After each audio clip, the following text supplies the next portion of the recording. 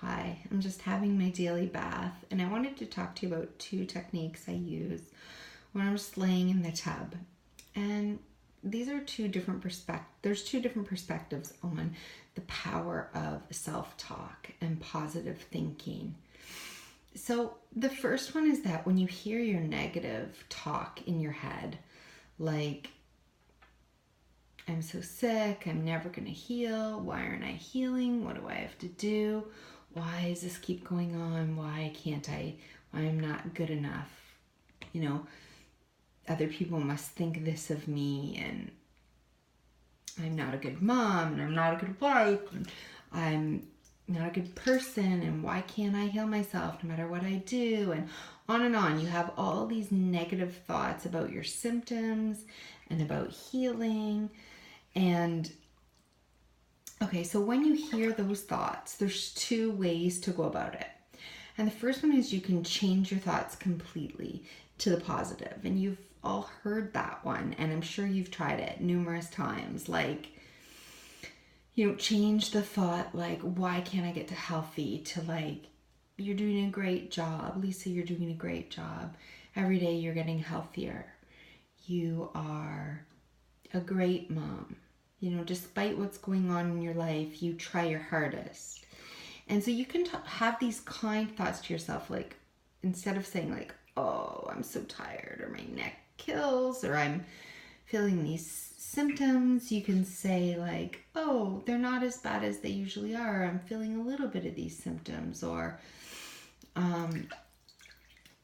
gosh, think about, this time last year and how much better you are. And so you can talk to yourself in these positive ways, and you can turn things around.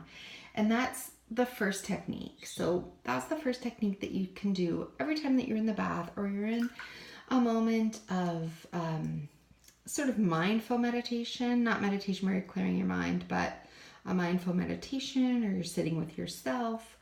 You can take all the thoughts that you're having that are negative, and you can turn them around to be a little bit more positive, in the fact that you're kinder to yourself. So you're giving yourself kindness and love the way you would to a child or a baby.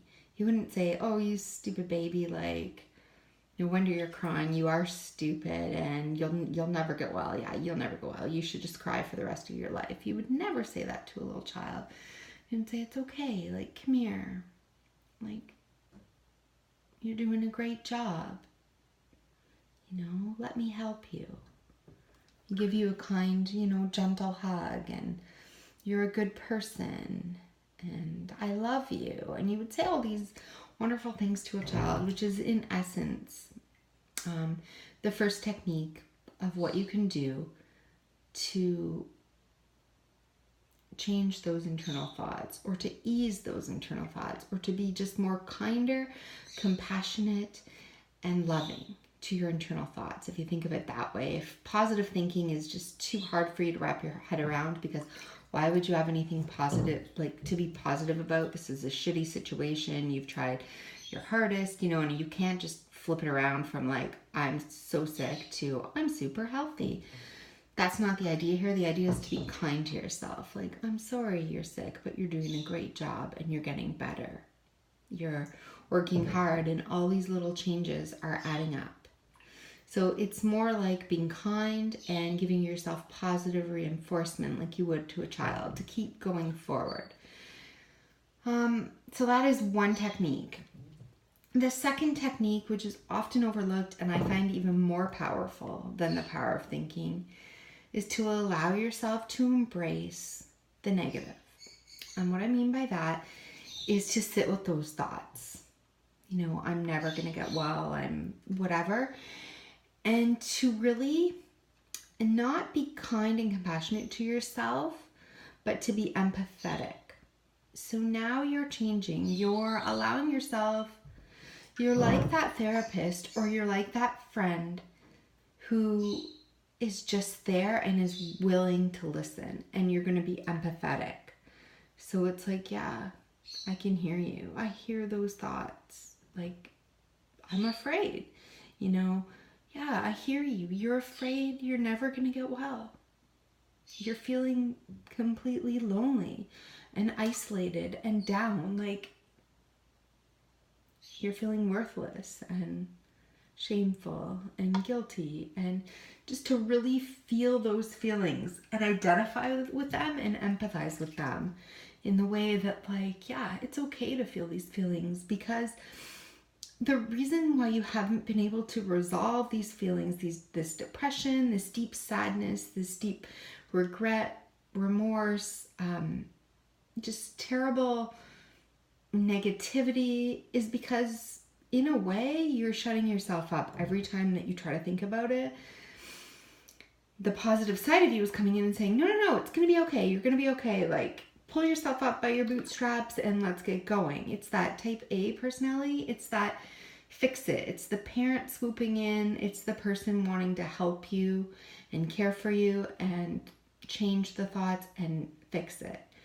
And that is wonderful. That is one technique. But the other technique is just allow yourself unconditional love and to feel it as deeply and as powerfully as you want to. So, like, yeah, that's a really shitty, scary feeling. And you have every right to feel that way. This has been a long, grueling, taxing journey. You know, you were wronged. People didn't understand, you know, and that was wrong. You know, it's okay to let yourself feel these feelings and to be there for yourself completely without judgment of what you're saying, how you're saying it, how negative you are, how deep you want to go, and acknowledge that little person inside of you who's scared and who's hurt and who is frustrated and who's angry and who is overwhelmed and, you know, just all those feelings, and to acknowledge that person and to let that person talk, cry, think, and just sit with that person, not shut that person up, not shut your inner dialogue up, but let it flow as deeply and as powerfully as you can. And to just sit with that person and say, I understand, and you're right. You were right to feel that way. That is shitty. I'm so sorry. I'm sorry for your grief. I'm sorry for your loss. I'm sorry for your hardship. I'm sorry for your struggles. You know, that sounds hard.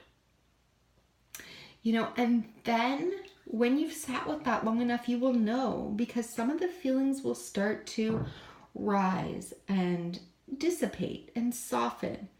And then you can bring in that self-love and that self-compassion and that kindness to say, but you're doing a great job and I love you and I'm here for you.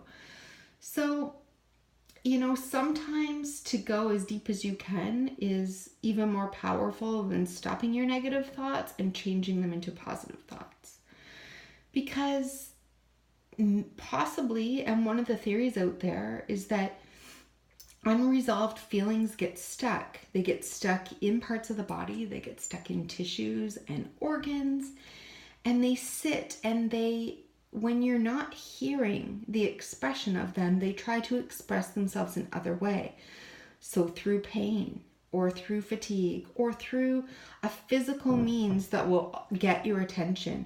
Your emotions haven't been able to get your attention and to really get your attention and express what they need and want to express. So they're manifesting physically. And that is one, you know, real possibility in this. So it's important, you know, a few times a week at least to go into that part of yourself deeply, feel those feelings, let yourself really express what you're trying to say, what your soul is trying to communicate to you. And just promise to love yourself unconditionally through it, no matter how long it takes. You will sit with yourself. You will never abandon you. You will never give up on you. I will never leave you. I will never abandon you. I will never give up on you. I will never judge you. I will never shut you up.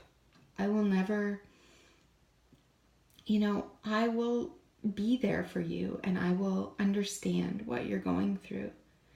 And I will give you I will give you the room to express it, to really communicate to me what you're going through and how you're feeling.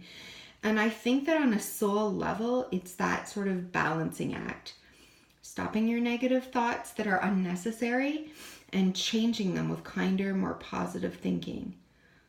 But the thoughts that are really necessary and the thoughts that are really trying to communicate with you on a deeper level, it's important to sit with those thoughts for hours at a time, a few times a week when you're ill, and really hear them and empathize with them and let them know that you love them and you're not going away no matter how long it takes. So I hope this has helped.